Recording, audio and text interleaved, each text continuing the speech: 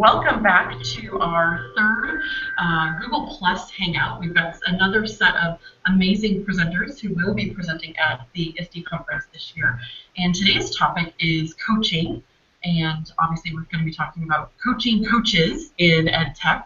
The first of our presenters today is Sara Frey, and she's an instructional media specialist and technology integration coach at Plymouth White Marsh High School, which is in Plymouth Meeting, Pennsylvania, outside of Philly.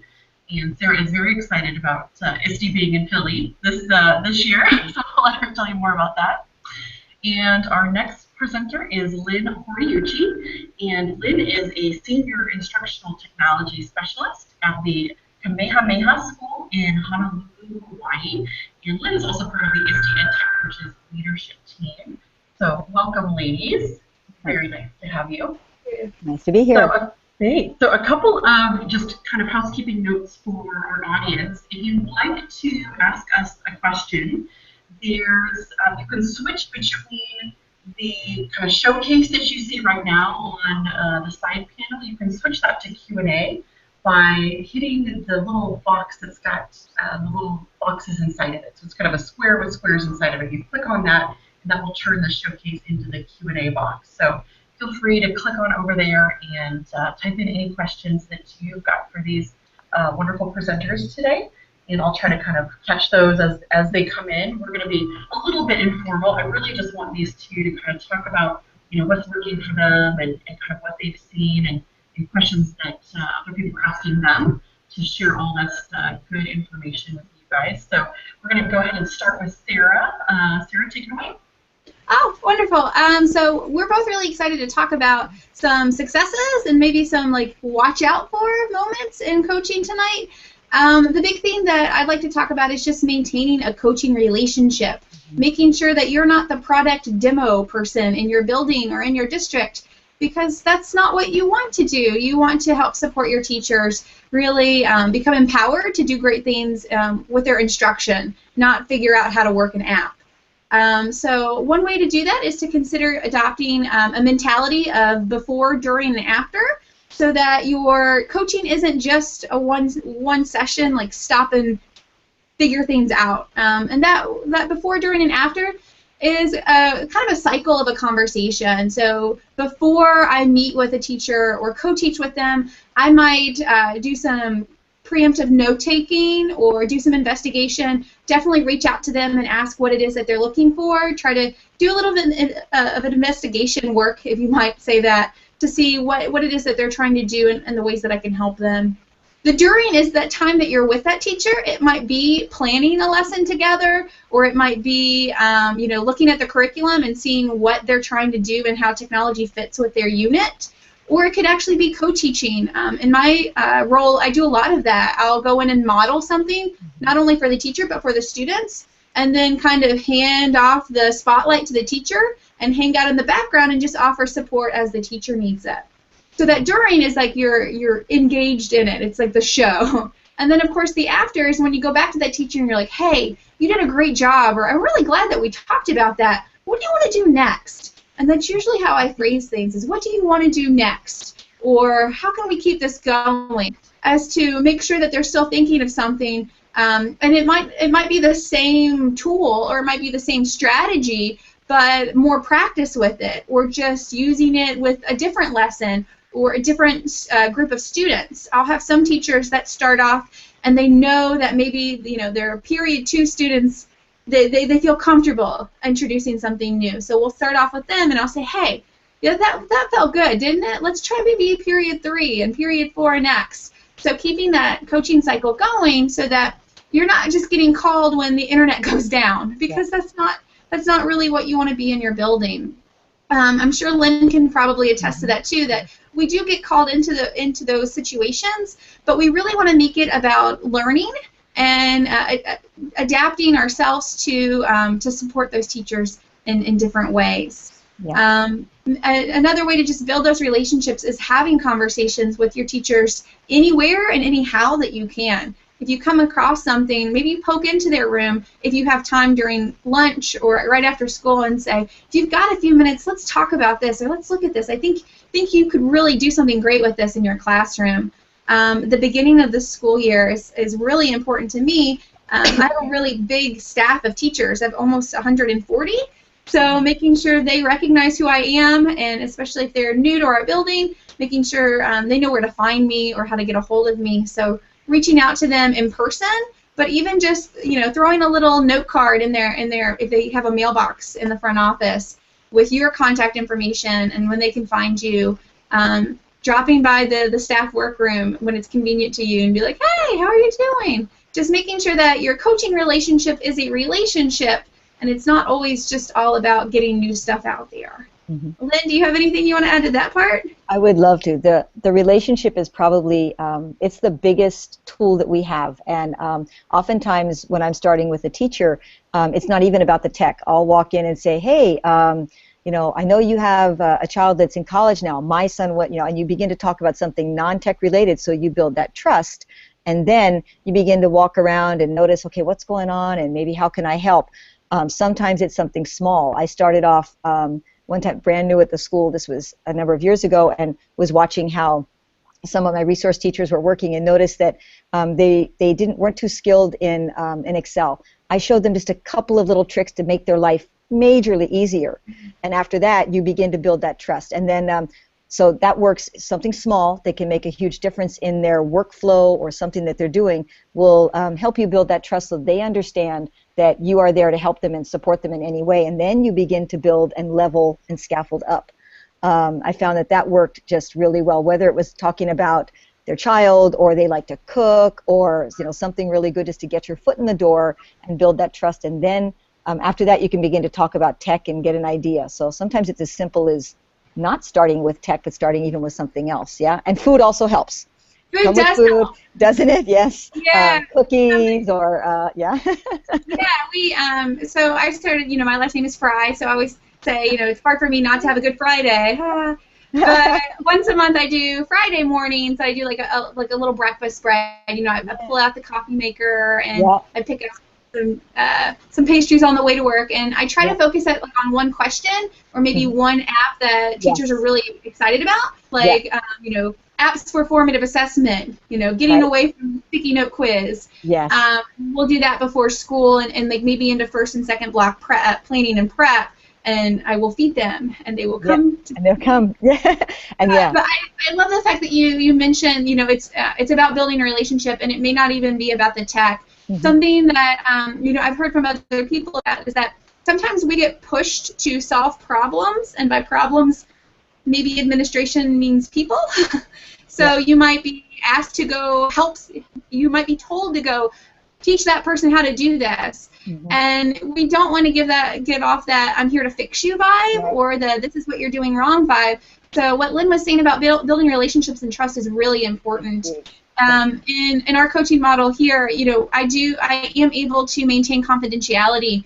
A principal might say, like, hey, I saw some things happening in this classroom. I think they might really enjoy this technology, but I will never go back to a principal or administrator and tell them who I worked with, what they did, and what I thought about.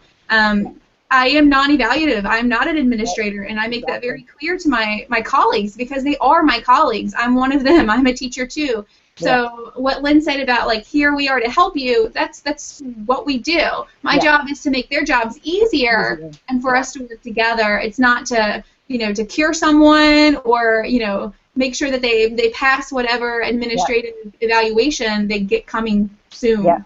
Yeah, and we scaffold. Like for some teachers, I've got my high flyers. I've got those that are still at the gate, and I've got some that aren't even at the airport yet. But I mean, basically, you just take a look and just giving them that measure of success in maybe 20 minutes. Yeah, you can do this, and a lot of it's modeling.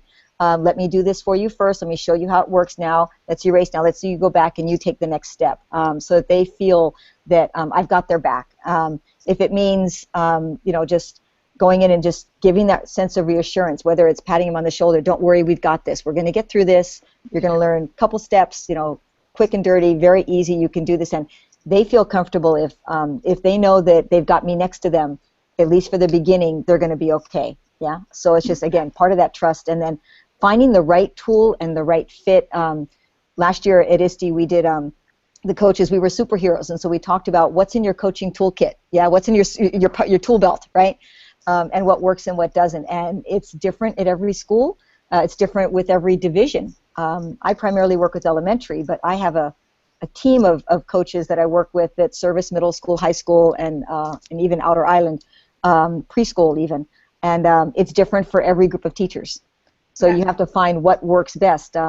We've done small group, we've done large group, we've done one-on-one, we've done conferences, large-scale conferences, we've done mashups, which are a combination of a conference and an unconference, and you really have to find what works best for your teachers in your particular group. And I know that's hard, especially at your school. You have 100, you service 140?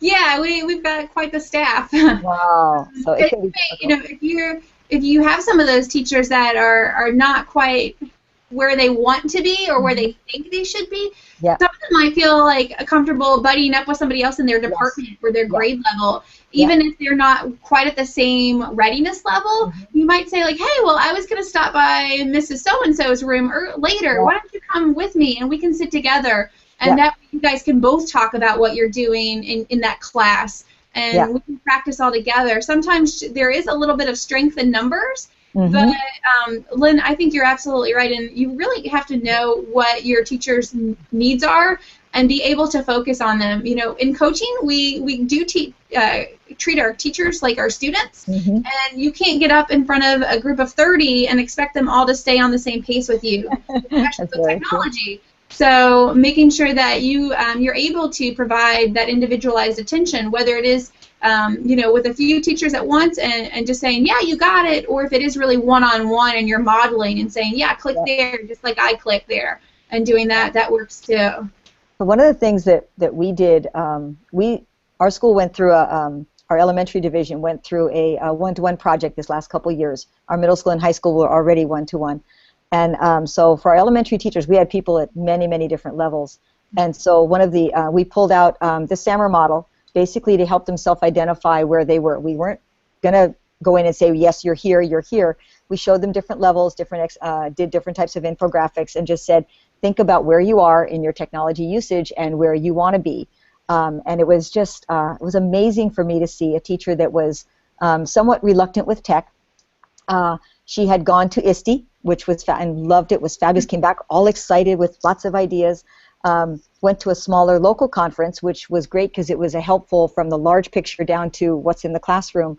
And then she made her first, iMovie trailer, and for her, it was huge. Yeah. And she shared that with the faculty, and when the rest of the faculty saw, here's someone that was kind of low-tech, did her first iMovie trailer by herself, it was inspirational. And so another way we can grow the level of our teachers is by showcasing their work when they do great things. And I think that's huge, giving them the opportunity to share with their colleagues, I did this, and then they say, you can do this too.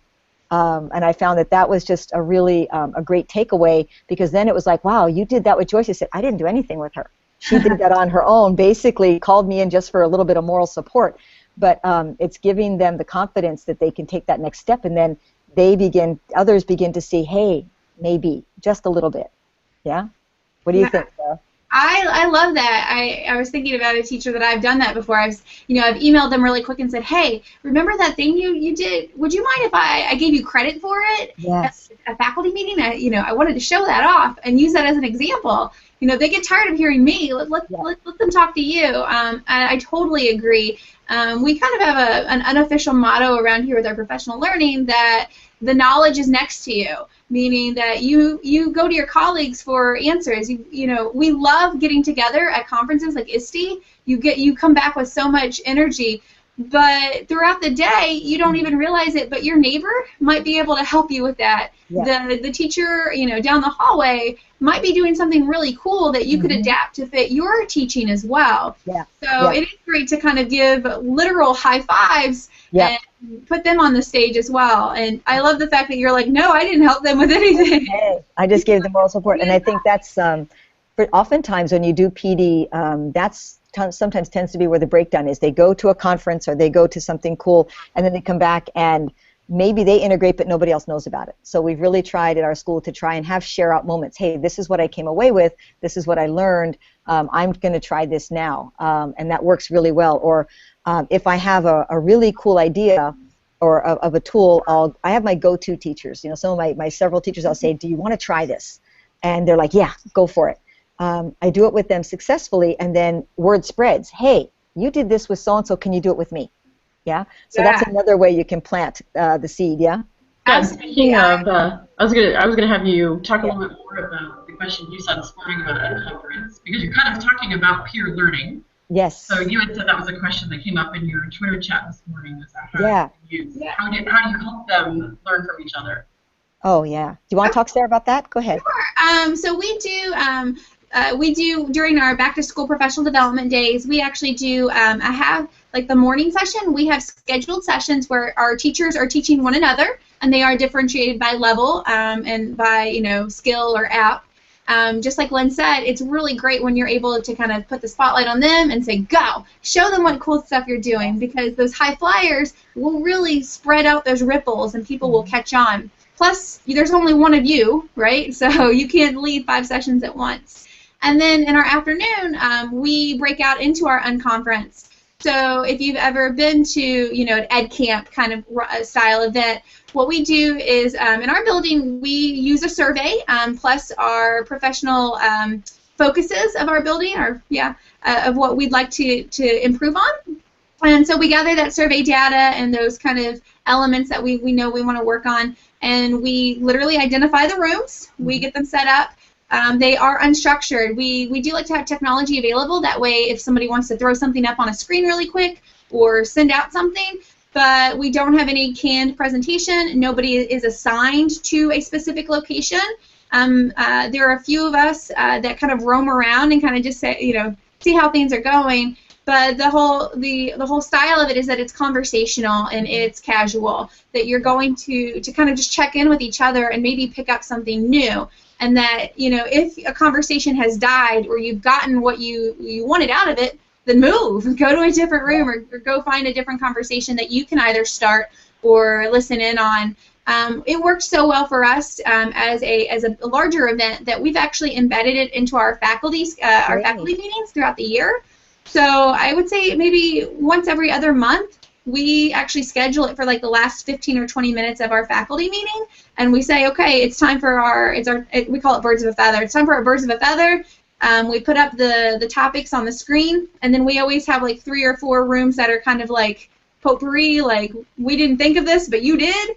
And so we add those at the last minute, and we disperse. It is, again, non-evaluative. Like there's not like a must-do exit ticket out of it. We do follow up each one with a survey, like, hey, what'd you talk about? What do you want more knowledge about or more support on? And, is there a topic that came out of this one that you would like to do for next one?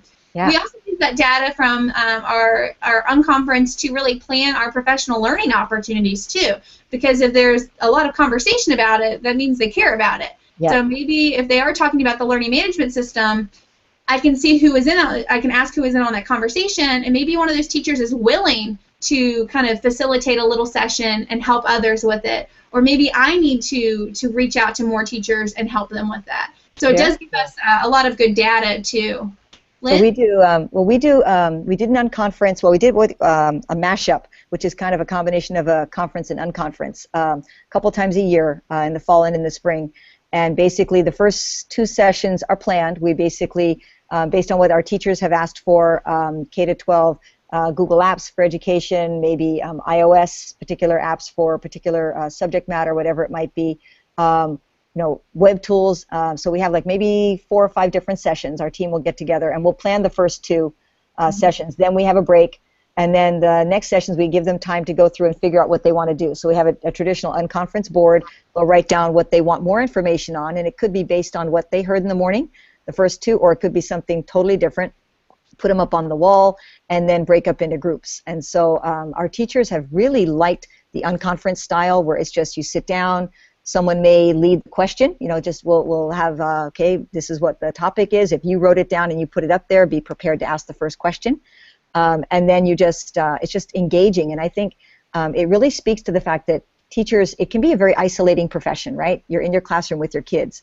So the idea of just sitting down around a table and talking story about whatever's going on in their classroom, and you know, you hopefully revolving around tech, but what's working and what's not. So, or I saw this, I saw someone do it, I'm not sure how, but maybe somebody else knows. And so it's just having that nice conversation around whatever the topic is, very informally. You're not listening to someone and taking notes. You're not recording anything.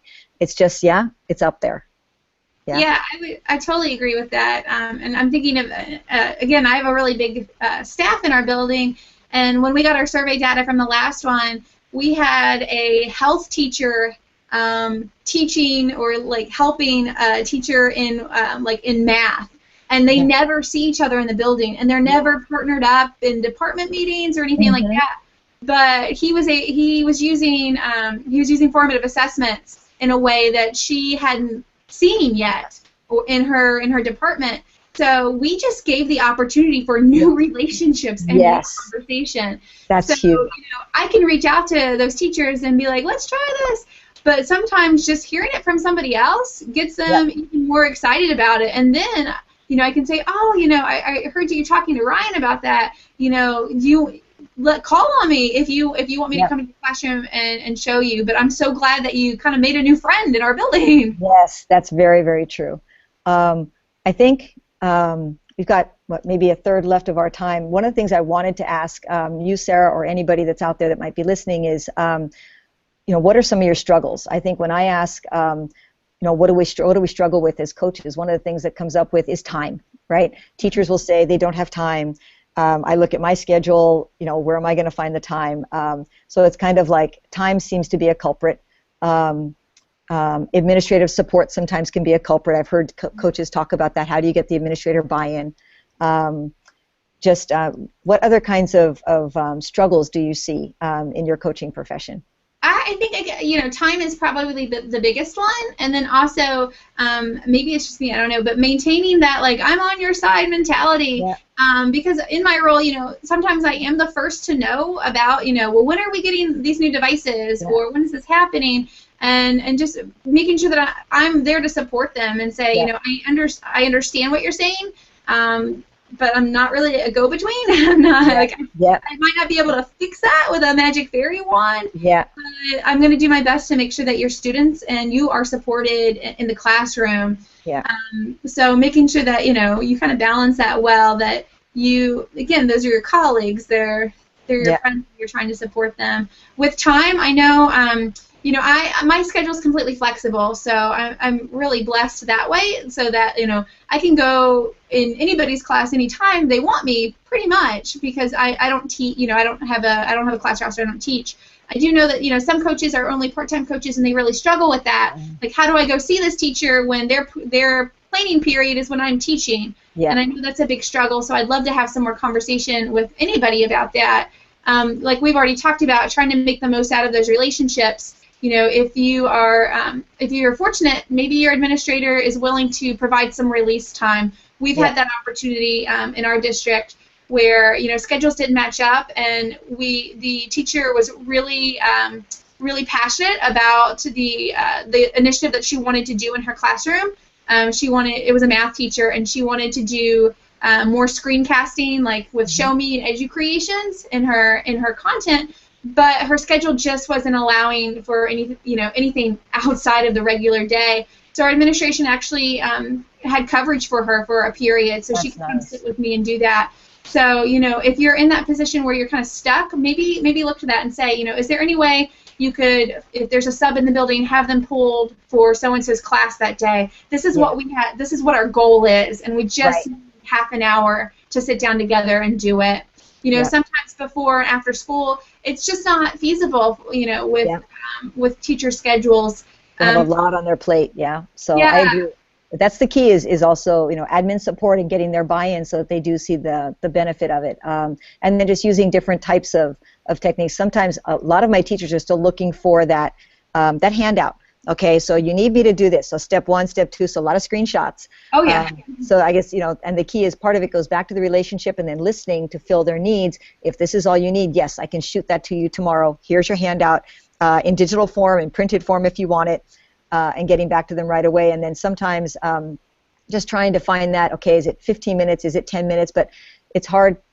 trying sometimes to get the teacher to say, yes, they look at tech as one more thing. Yeah, it's one more thing on top of all these other initiatives that they have to do. So it's kind of explaining to them, yeah, it kind of is. I can tell you it's not, but in reality it is. But if it can make your life easier down the road, it's hard now. Yeah, it's hard learning, it's hard making this change, but eventually, hopefully, it'll make your life a little easier down the road. So I guess it's all intertwined. But I know that's a question that comes up a lot is, time management, and administrative buy-in, and hopefully they see. I think what I'd like to see is a lot more administrators going to places like ISTE, going to conferences to see that kind of support, or really getting that kind of buy-in. I'm blessed. Our administration is very supportive, but I know some schools and some coaches struggle with that. Tied to that, what do you suggest for measurement tools? How do you measure your success, the success of what you're doing? We're blessed. We use the Bright Bites survey by Clarity, which is a paid. It's not a free one, although it's relatively inexpensive. We use that to assess our program and to get ideas as to where we think our program needs to be. There are a couple of free ones. Speak Up Survey is one that's free by Project Tomorrow, and I think Microsoft has one called Partners in Learning Research, PILSR, something like that, school research. Sarah, what do you folks use? We kind of just do it internally. Like I said, we do, after every session we'll do surveying, but we, as coaches, I'm the only technology coach, but with the other instructional coaches, we do goal setting for ourselves and for our building according to our building areas of development. How are we going to support our building in differentiation? What are ways that we can support our staff with that? And we meet with our administration regularly about what we're doing, our efforts. Again, keeping personal confidentiality with the teachers that we're working at. It's not like a meeting like, this is what I'm doing with so-and-so. It's, okay, this is how many times that I've been able to observe this, and this is what we're trying to work towards. I have to say that we're pretty blessed, too, in our district as far as there is an open dialogue on where we're headed. We do have a lot of different, I would say, scaffolds in place, because like Lynn gave the anecdote or the little story earlier, just you might have some high flyers and you might have some that are willing, they're just not able yet. And then you might also have some that aren't quite willing yet. So it's kind of your job to not push them, but to show them why they want to be willing and what's the payout for them. And like Lynn said, it's all about making things easier. It might be a little bit of work up front, but that's why we're here. That's why you have a coach to support you and to say, yeah, I'll sit by you and we'll practice this together. Or to say, you're nervous about doing this in a room of 20. Let me come in and I'll be your shadow. Call me when you need me. And our administration is really supportive about that. Having the teachers buy-in is important, and having them value your time and appreciate what you have to offer. I've worked with teachers that were like, I didn't know you would do this for me. And I'm like, of course. So some of it's just kind of shameless self-promotion. And again, like I said, my tagline is, my job is to make your job easier. No, I can't grade all of your term papers for you. But maybe there's a way that you could streamline how you do your grading that makes it a little easier on you. So having those conversations or finding those quick wins with those teachers that are a little bit resistant, and giving them the light bulb aha moment, like, oh, maybe this is worth my time. The other thing too is giving those same moments to the administrators. They may, if we can, if I can carve out a half hour or 40 minutes or whenever to show them some of the tools I'm showing with the teachers without giving names, but I can say, this is a really cool tool, you can use this, or look at ways that I know some teachers are using this because they don't know and they don't have the time. So engaging them and trying to get the administrator to at least see what they're doing and how they're doing it, it makes them feel more comfortable when they walk into a classroom because they're a little bit more aware and they don't get the coaching oftentimes. Now, Lynn, can I ask you a question? Like in our unconference model, our principals actually are engaged. They're not. That's cool. They don't get to go hide in their office or go. We do it during faculty time, so there's no student responsibilities or other administrative responsibilities during that time. So we publicly make it their expectation too. Oh, very cool. Do you guys do that? Not too much. So basically, a lot of our PD happens at the grade level meetings. They actually have blocks of time that the grade levels meet. So we actually meet during that time. But I've been, our teachers, we've had a lot of ability for our teachers and our admin to go to conferences, and we had a lot of PD money tied to our one-to-one projects, so they've gotten a lot. And then it's just following up with, okay, so remember how we did this, whether it's Google or whatever it is, and just trying to carve that out. But administrators, hard for us to get them to do that kind of PD. They're more like walking around making sure everybody's engaged, but I would like to see more of that. You're right. So now you can call them on and be like, hey, yes. you see But and your piece of giving them the evidence. Yes. And you may have teachers that are willing if you call on them and say, hey, I'm going to go meet with the principal today and kind of talk about some things. Would you mind if I dropped your name and bragged about you? And that's how I say, can I brag on you today? And some of them might say, yeah, I'm hoping they do come and see me do something awesome. Tell them. Absolutely, yeah. And then if sometimes it's kind of nice when they're like, would you mind if I told the principal that you're going to be in my room today and we're going to be doing this new tech thing? And I'm like, yeah, that's a great. Most of them love it. They love that, yeah. Involved. So you might actually, I wouldn't say you're a crutch, but you might just be a little bit of a comfort for those teachers who don't feel like they get the spotlight as much as they want, or maybe they don't feel like the administration knows how much they're trying. And you can be their echo and say, yeah, look at the cool things that she's doing in her classroom or he's working on because he wants to have his students more engaged or because he knows that this is a district initiative and he's on board with it. So as coaches, developing that relationship with your teachers, you can be their cheerleader too. You can help them get some of the credit. Yeah, and I do point. The other thing is with regards to ISTE. I know we're almost out of time, but is showing the ISTE standards for administrators. That they didn't even realize there were some that were there. So for students, for teachers, so that's been a thing that I've been trying to tell my teachers is here's some ISTE standards. So let's take a look at it where it applies to you and your students, and then admin, here's a set for you too. Yeah, that's great. That's great. Well, on that note, we'll wrap it up. And you guys have done such a good job promoting the conference for me. I won't even go into that too much, other than to suggest in the showcase on the right-hand side, we do have a link to the conference website. So definitely check it out and search for coaching or whatever topics you're interested in. There's a ton there featuring these two lovely ladies, so you can learn even more from them at the conference. And I'm looking forward to seeing you both there and everyone else there. Okay. Thanks so much, guys. Aloha. Bye-bye. Welcome to Philly next month. Yeah. See you then.